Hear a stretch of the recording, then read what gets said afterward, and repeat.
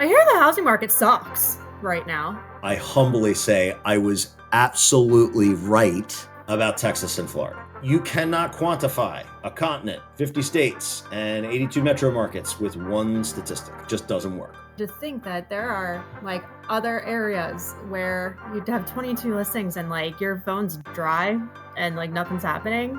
Meanwhile, if it was here, oh my God, it would be pure. I would love that chaos. I love that kind of chaos. You know what people say, well, can you still sell a house here over a weekend? I said, yeah, you can. I said, but instead of getting 27 offers, we get 7. Even if like you don't fully understand the ins and outs of it, at least knowing that just because it's happening there doesn't mean it's happening here.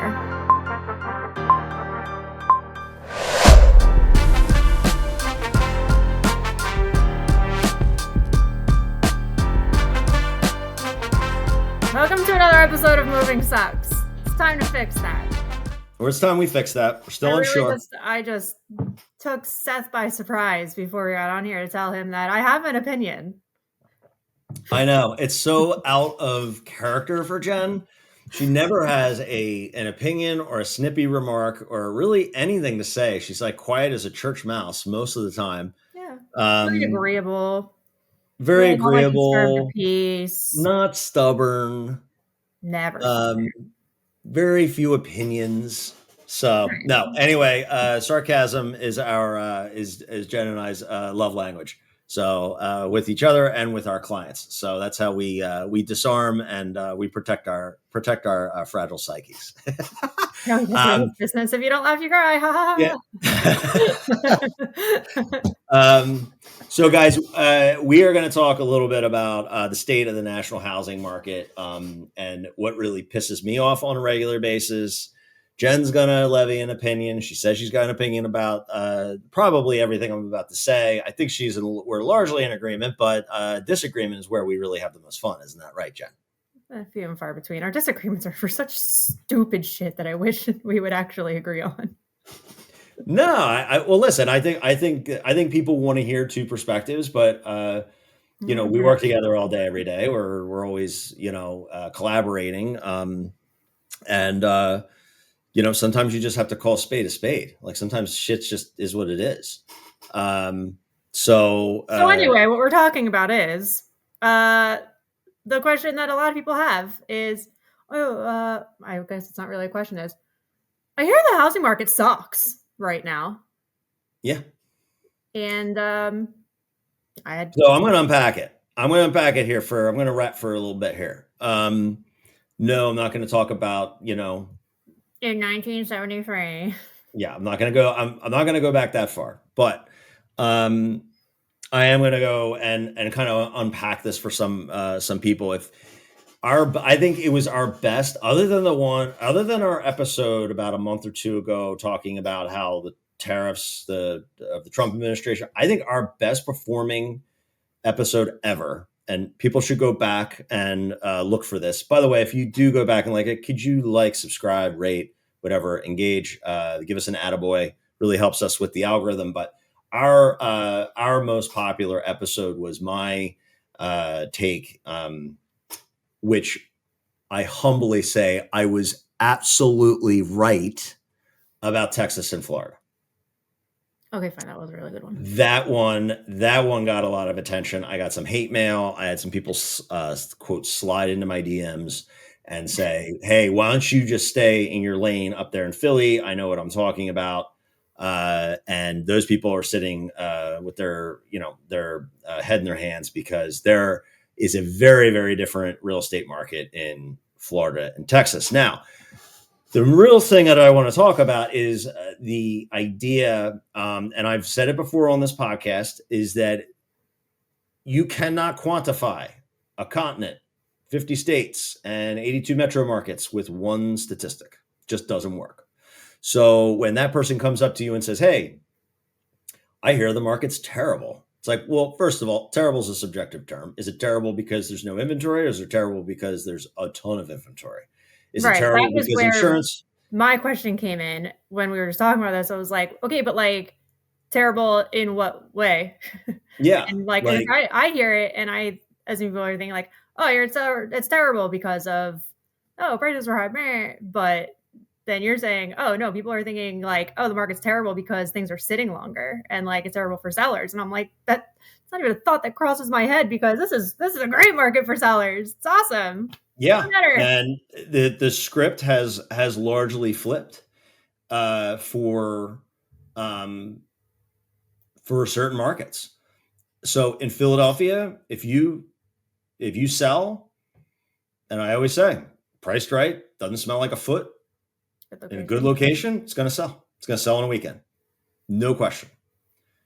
A house that is priced right, doesn't smell like a foot, in a great location in Florida, Texas. I'm going on the record now. Utah, Arizona, Tennessee. Nashville, Georgia, in certain spots, you are going to run into a problem if you go to try to sell that house, even if it is completely well presented and is priced kind of where it needs to be. Takes a different strategy, takes a different mindset. And conversely, if it's harder to sell, it's easier to buy. But what is happening is they are finding that buyers aren't really interested in buying a house that has lost 10% of its value in the last 12 months. Right? It's like catching a falling knife. So I was in San Antonio about a month ago at a real estate conference, and I was sitting next to a guy named Jake. He was an agent in Fort Worth, Texas. I've told this story at least 17 times, and probably you've heard it 4 times. I've even said this story to others, like 10 plus times. But it was an interesting conversation because because in the end, it was completely opposite of what we that we're experiencing here. So he had 22 listings in Fort Worth, Texas. And Fort Worth is not Little Rock, Arkansas. Like, Fort Worth is a sister city to Dallas, which is the 7th largest metro in the country. So Fort Worth has gone through a massive expansion in construction. There was also a lot of people moving to Texas from, New York and Chicago and LA and Washington State and all that good stuff. But what has now happened is he had 22 listings, and in those 10 days before the real estate conference, he had one showing on all 22. If you and I had 22 listings and we sold them, that's a year. That's a year for us. We could just put our feet up and hit the cruise lines, I mean, I'm sitting there talking to Jake to my right. If I had 22 listings all up at the same time, yeah, I'd throw my phone off the freaking deck, man. I'd be like, shut the up. No, it's fine. No one's seen them. Nobody's calling. Nobody's engaging. Because it just goes to show that, like, I'm thinking here, and like, I do think Hyper's local because that's my sandbox. That's where we're at. And to think that there are like other areas where you'd have 22 listings and like your phone's dry and like nothing's happening. Meanwhile, if it was here, oh my God, it would be pure. I would love that chaos. I love that kind of chaos.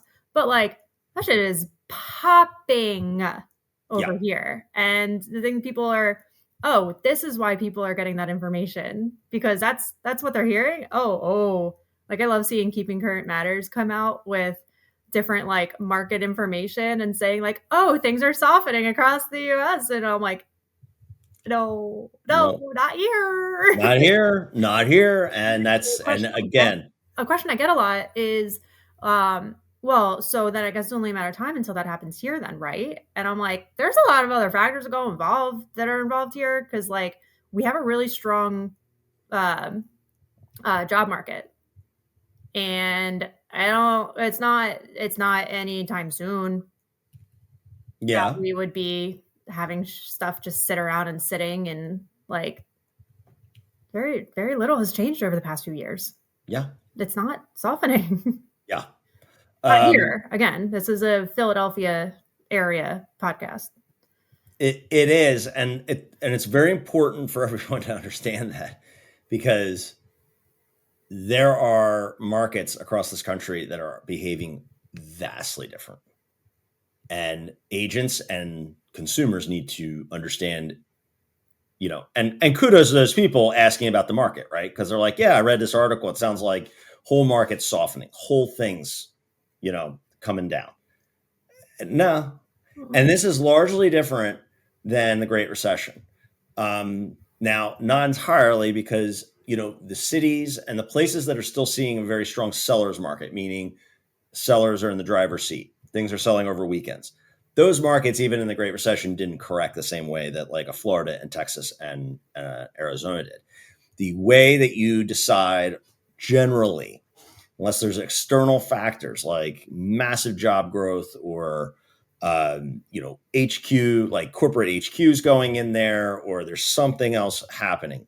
Generally, if you look at the amount of housing starts, housing permits, and building and construction that has occurred in a certain area, you will now then pretty much know how strong of a market you have if you're a seller or a buyer. And really what that's a fancy way to say is that after all the stats, all the TikTok videos and all the, data collected and real estate transferred, it really just comes down to the old economic principle of supply and demand. These areas down south in what they call the Sunbelt, which is anywhere from like Raleigh south all the way across to LA, there has been an enormous amount of construction that has taken place. During COVID, there was a flock south because those were the states that generally were more open. You weren't having to mask up. There weren't as many restrictions. You could operate your business more freely, especially on like the white collar, like office side. A lot of people went remote. A lot of people just didn't want to deal with winters anymore. A lot of people used it as an excuse to move to a retirement place early. And so what ended up happening is that the builders decided to just build. And they are starting to talk to the CEOs and the CFOs and COOs of these companies, and then talking to their staff. And they're asking, hey, what kind of like research did you do? Like demographically to like decide how much to build. And there's a great analyst named Ivy Zelman. She was the one she worked on Wall Street during the 2000s. She called the Great Recession in 2006. She started calling it until the point where she was basically pushed out of Wall Street because nobody wanted to hear her negative shit. She is like pretty much the best new construction housing analyst in the country, and somebody who is a friend of the SLG in terms of if you call a friend somebody that I just listen to a lot. She's even was wrong 12 months ago, but I've been listening to people for 24 to 30 months that have been calling that this was going to happen down south, that there was very little research done. Nobody did any demographics. Nobody went to Washington and asked about census data, as such as that is, because it's not really accurate anyway. They didn't realize that a Google headline or a Yahoo News headline wasn't actually something they should pay attention to when asking, hey, how many people are actually moving to Nashville? How many people are actually moving to Phoenix or Southern Utah or Oklahoma City or Austin, Texas? Who would choose to move to Oklahoma? Austin, Texas. So to continue my story in San Antonio, talking to Jake to the left, and I'm at a conference. I don't really know anybody. I'm sitting there introducing myself. We get lunch. To my left is Janelle. Janelle is from Austin. That was the number one ramping up or number one escalated market in the country. I was at the Remax Luxury Conference in 2021. I was sitting next to a guy. He said that his partner that day, there was a house that was listed for $250,000, and his partner got his buyer to buy it for $495 cash. It was over 120, like 5% or whatever, over ask. If anybody was wondering how house prices got to where they are, that is the literal most simple definition as to how. Yeah. And so that just goes to show you, I mean, 100% over ask is like ridiculous. It's absurd. There were 96 offers on that Oh, house. yeah, but let's put the interest rates back down to 3%. This is why that's not going to happen ever again, because it did more harm than good, but that's another topic. So to give you an example, there was a time when there were a ton of people moving to Austin.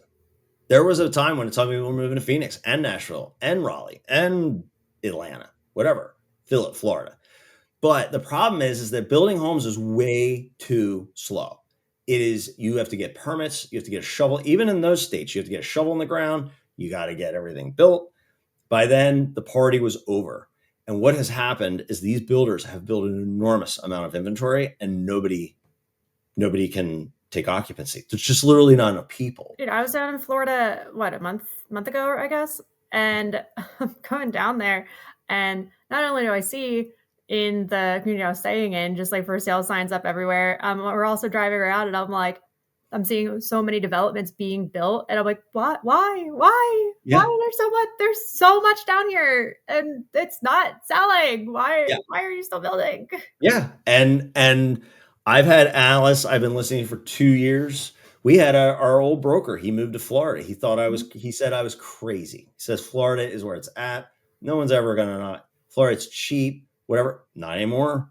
Talk to Crazy that it's the not people. cheap, because it's like, you talk supply and demand, and typically that is what balances things out. But like, you would think if they need to sell and it's not selling, that would make the prices go down. But like, their pain point is so, it's not they don't have a high pain point down there. Well, no, they do, because Florida, I mean, we take Florida for an example, and Arizona really is like another Florida. Arizona really absorbs a lot of snowbirds from Chicago west. Yeah. Okay, so you've got the whole western seaboard. In Arizona, it's dry, and generally housing was very cheap there, but it's not anymore. Like Secret's out in Paradise Valley, but Florida you have insurance. You also have an enormous amount of weather events. I mean, they're already talking about the Pacific Basin being is firing up hurricanes like a month early.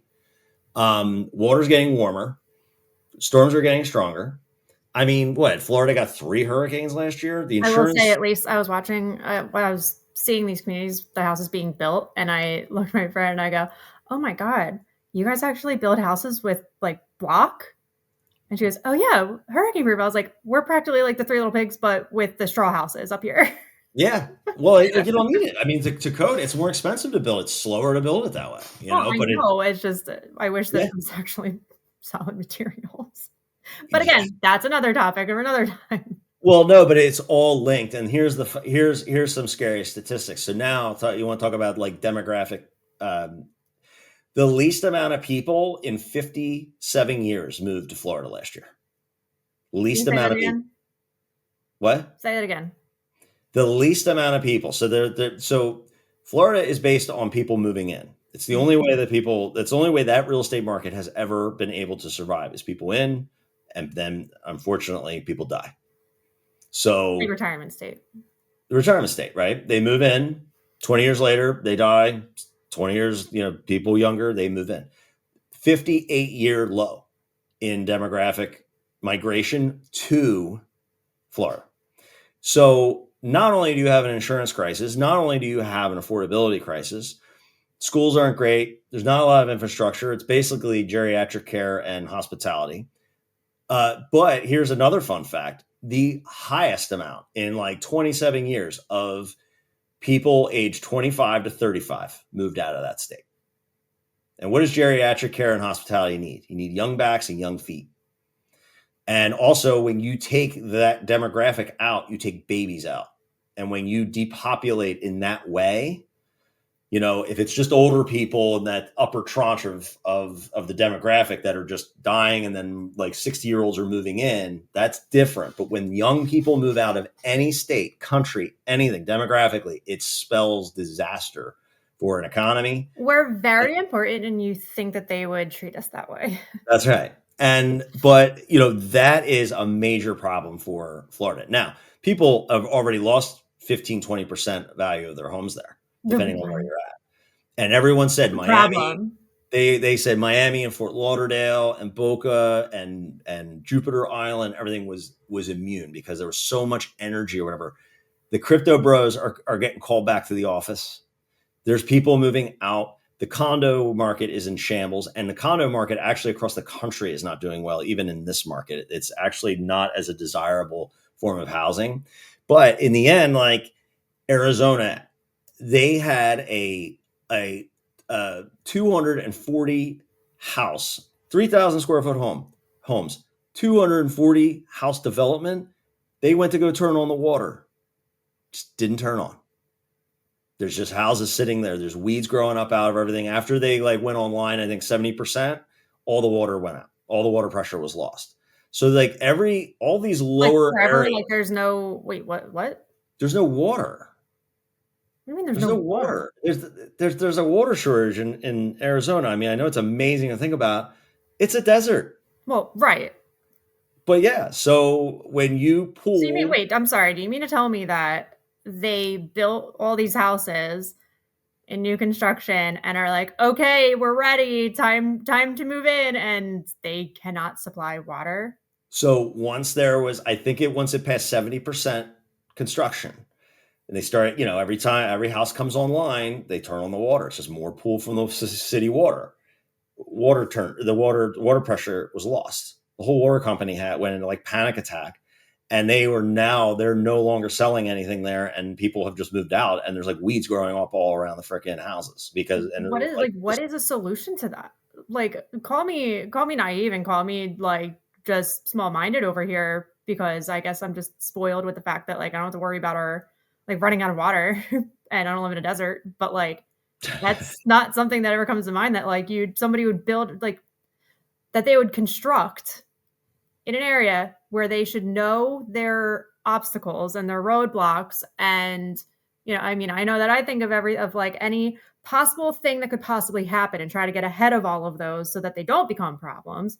And you would think that somebody who's building houses in a desert would be able to have the forethought enough to think, oh, but we got to make sure there's enough water to supply to these places, because it's literally like housing 101, I guess.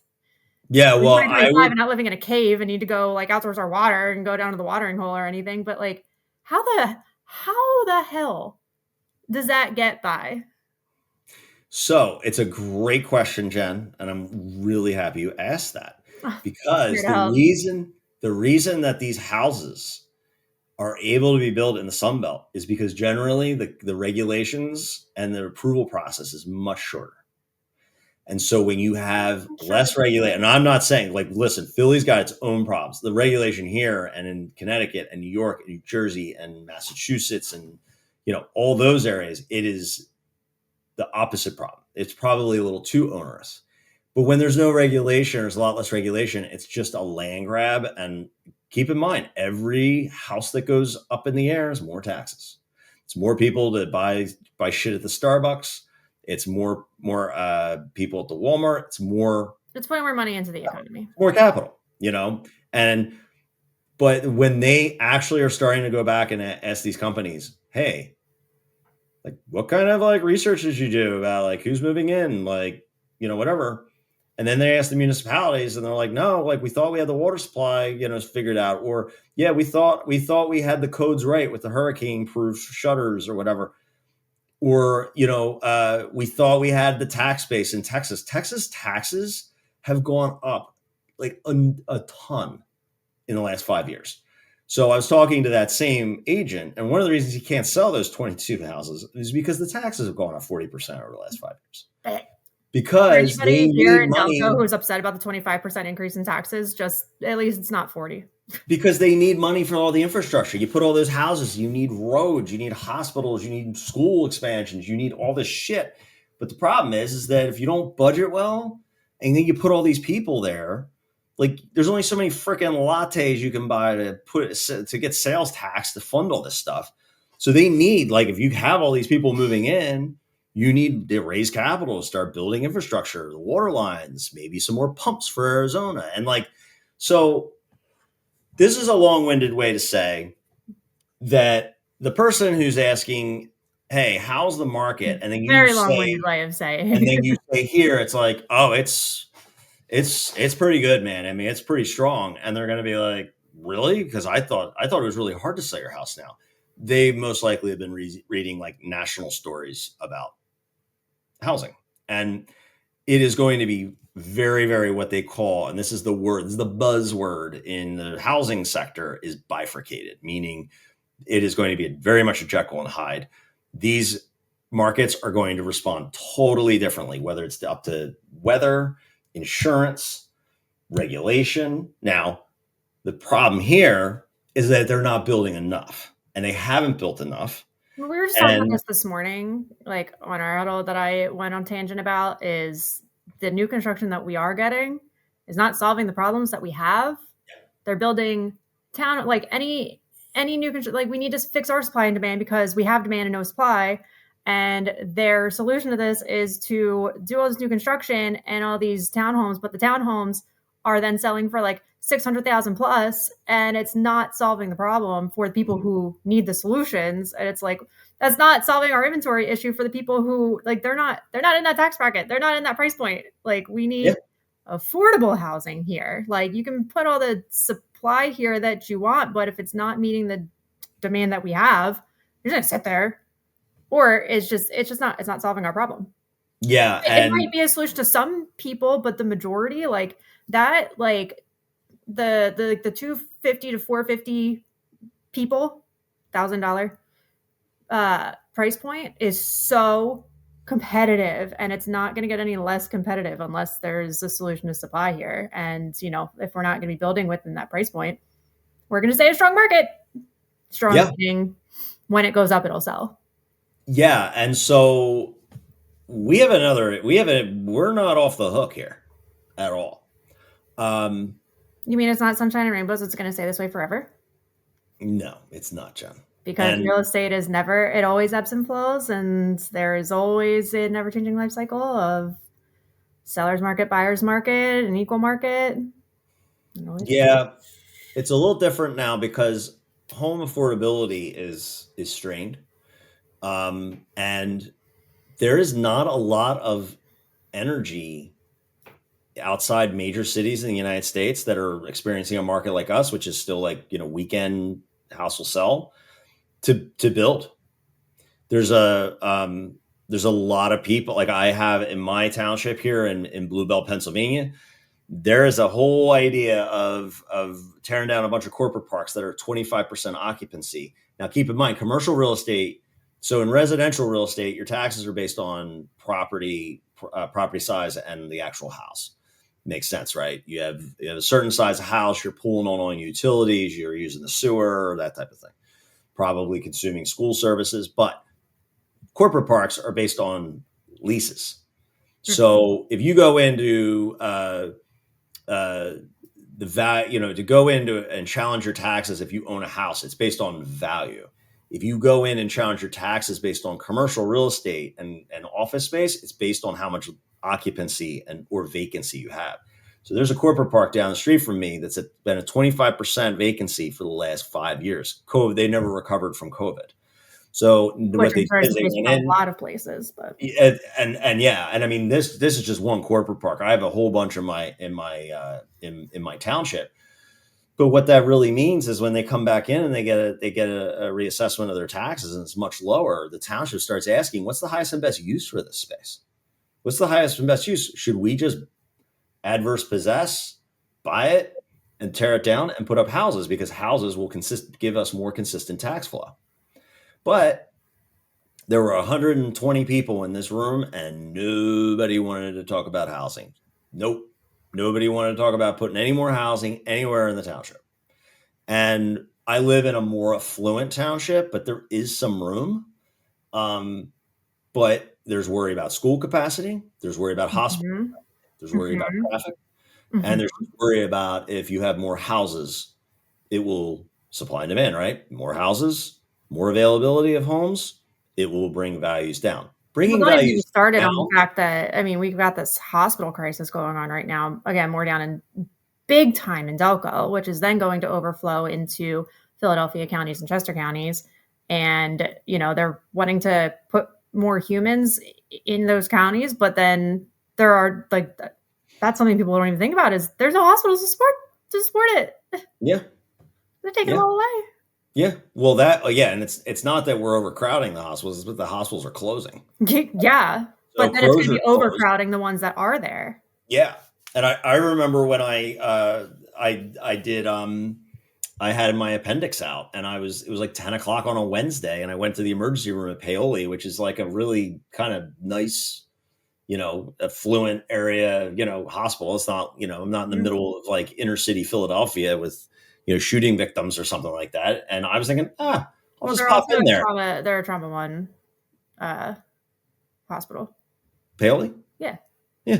Yeah. Oh, no. It's well, really we're the good. only trauma I'm just saying, hospital. if I was going into the emergency room, it's not going to be like something from Grey's Anatomy where it's like, like there's chaos. Isn't that what You all know, emergency rooms are? for me, I was thinking like, I'll just pop in there Wednesday, 10 a.m., bada bing, bada boom. Like I got this pain in my stomach. I'll like see what's happening. I get there and there's like, I mean, it's calm, but it's packed. And they finally saw Well, me. I It's like, don't know what world you've ever lived in where you think that you can walk into an emergency room and it be bada bing, bada boom. I expect that to be at minimum 4-hour excursion. no, because my wife's gone down there. I've had my son down there. And for It's not anybody always bad. wondering, Seth going in for, I have a pain in my stomach. It was the most nonchalant thing he's ever done. It was literally, I was talking to him all day long, but just as per usual. And then next thing you know, I'm going to be in surgery in the next hour. What? Yeah. Not even know he was even there in the first place. I've never Yeah. seen somebody just like walk off appendicitis. Yeah, well, I also didn't want you running over and my wife was in Houston at the time, and I was like, "Don't worry about it." I was like, "I'll be fine. I'm going to be in and out. It's routine, blah blah blah." Of course, she like gets the red eye back and all that, and I was like, it was a waste. I was like having coffee and a bagel like 3 hours after my freaking surgery. But anyway, Well, you got the cactus out of it, so I did get the cactus out of it. Do you want to tell our listeners or our viewers what that note said? I looked longingly at the cactus when we were at your house, 2 weeks ago, and was like, "Well, I miss having it in our podcast." Yeah. But yes, the cactus. We didn't get. I didn't get Seth flowers for his appendicitis. Decided instead to get a cactus because, much like a cactus, Seth is also hard to kill. I was hard to kill. And So that's why we got the cactus. I think you said something like, glad you didn't die. This is hard to kill too, or something like that. Yeah, along those lines. Did you keep the card? Oh yeah, I got the card. Okay. Yeah. No, but anyway, I went there and it was packed, and I was like, what the hell is going on here? And he's like, they closed Brandywine, and they put up a bunch of apartment buildings and everything like that, and there's just not enough capacity. So, every market has their challenge. But I think a question that I asked both of the Fort Worth agent, and this, we can wrap up with this, and time will tell. And I don't think enough people are asking this question. I asked Jake and Janelle, yes, it's really hard to sell a house down there. And yes, there's problems. There are houses without water and massive insurance problems.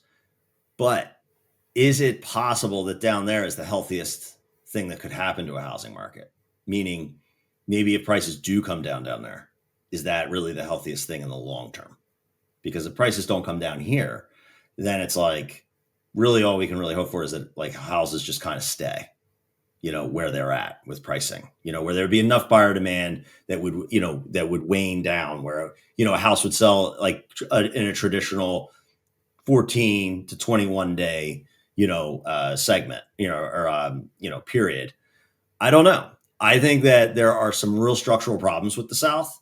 There are real problems across the board, but a good agent will be able to coach you up and navigate it. But I really, really, really, I'm going to keep banging on this drum about this national housing perspective. It really doesn't mean anything. And I think you brought it up maybe in another episode, but it was a point that I brought up, which is even our county, like you can get to like $25 million and then you can go all the way to $125,000 manufactured home in our county. Like you can't even quantify a county. I said it on the last episode. I said that like you could have that like one-off like bank-owned property that's been sitting for like 128 days in with like everything else that's been sitting for like 4 days, and all of a sudden that's going to jack up days on market because you got this one that's skewing all of the data way up. Yeah. So someone who can interpret the data, and I don't care if you're working here or our colleagues in Phoenix who have to say, hey, listen, like, I know 2 years ago that house sold in a weekend and they had 15 offers. Like, yeah, lots changed, and you need to call in a professional real estate person to really talk to you about the market and get in the nitty gritty. And yeah, call that data and like get rid of that foreclosure. Get rid of like that like one off that was, maybe that one house that sold in a heartbeat in Phoenix, like it was just completely renovated and it was just a lucky thing that happened. But the idea of just trying to like do your own research and like figure things out, like it doesn't, like you really need that practical experience to walk through the door and like kind of teach you and talk to you about what's actually happening in the market. So, but like I said, I'm going to keep banging this drum because I think it's really, really important. And I also think it's really important for our industry. I think it's important for our profession, for people to step up and understand what is actually happening across the country, but then also be able to contrast it with like what is actually going on in your local market. So, Yeah. and that's what our team focuses Even if on. like you don't fully understand the ins and outs of it, at least knowing that just because it's happening there doesn't mean it's happening here, and just Yeah, and listen, to that. I'm not talking about going into absorption rates and price per square foot calculations and all that. I'm just saying, is it a buyer's market or is it a seller's market? I mean, most can answer that, but then even get a little more nitty gritty. It's like, what people say, well, can you still sell a house here over a weekend? I said, yeah, you can. I said, but instead of getting 27 offers, we get Mhm. 7. That's what I was explaining to somebody last week. I'm like, we're not like things haven't died down over the past couple of years, but if you're comparing back to like 2021 and like early 2022, it has. I mean, we're not getting like, oh my God, I think my record high, I think I had in a bidding war, I think I was up against 52 offers was like the highest. And I think that was in 2022. It's not that world anymore. Yeah. Unless it's Okay. completely underpriced. I mean, like, so, I also do want to do something and go on the record. Okay. So a year and a half ago, I said Texas and Florida were in big trouble. I want to go on the record, make additional calls. I think Phoenix and Arizona is in real trouble. Phoenix and Arizona. Phoenix is No, Arizona. but like the entire state of Arizona. Uh, I think South Carolina, Georgia, everyone's favorite bachelorette destination, Nashville, is in real trouble. And Alabama, there's been a lot of people wanting to move there, like Birmingham, Montgomery, or whatever. That's apparent. But Who wants to go I to also Alabama? what Who wants to go to Alabama? a lot of retirees they're getting priced out of. They were getting priced out of Florida and Georgia, like coastal Georgia, coastal Florida. They'll just pop up into Alabama. Hmm. But there are states that are really going to start seeing some distress. Since that episode, one that no one really talks about, but we need to, the number one correcting state in the country is Louisiana. So it's not just like crypto bros. There is a real energy of people moving out of these states for whatever. Insurance is through the roof on all those coastal areas. But I am adding Arizona, I'm adding Tennessee, South Carolina, Georgia, and Utah. Heard it So here first, folks. that's right. But also something, and then again, just to put this into perspective, like just because we're talking about it right now, and the way that word gets around now these days, like a correcting market is not anything that hasn't happened before. Yeah. I mean, this might be like a first in some of our like adult lifetimes that some people are seeing it, but like it's not this catastrophic, oh my God, everything's coming to an end event. It's the movement of real estate. We've just kind of been stuck in one space for a while, but like this is just what happens. It is what happens. It's not going to happen here, or if it does, it will be more of a correction. There will be southern states that crash, and a statistical crash is 37%. That's in economic terms. Will be areas of these states that are worse than the Great Recession. They built so many houses, Jen. I mean, they have essentially connected San Antonio to Austin. If you've ever done the drive up 35, it was like Nothing was there 15 years ago, and now is just subdivision after subdivision. And I've literally watched the videos of the people who like are driving down the highways and they're like what you saw in Florida. Like, why? Like, who's all living here? Rent to own, or build to rent. They literally were building subdivisions of rentals. That goes that they alter the deed restriction on those houses and just put them up for sale. No one's going to buy them. So yeah, you're taking land away. Like if it's well, not yeah, going to but sell, it's like Texas, there's plenty of land. Don't worry about that. There's I just mean generally speaking, because listen, I'm not against the people. Somebody asked me what I thought about. Oh, it was Alex was asking me about Morgantown area and like Elverson and really more so Elverson. And what I thought about if that's going to get built up, because that's like more so known as like, that's where you get to find like your farms and like pastures and green and, space and land. And if it's going to be built up on, that's my opinion on is a different topic entirely. But like, wait, what is your opinion on Elverson? So hyper-specific. I mean, it's connected to some roadways that connect to other major roadways. But I mean, I think in like 10 years, I think that if there is space to build, it will be built on anywhere.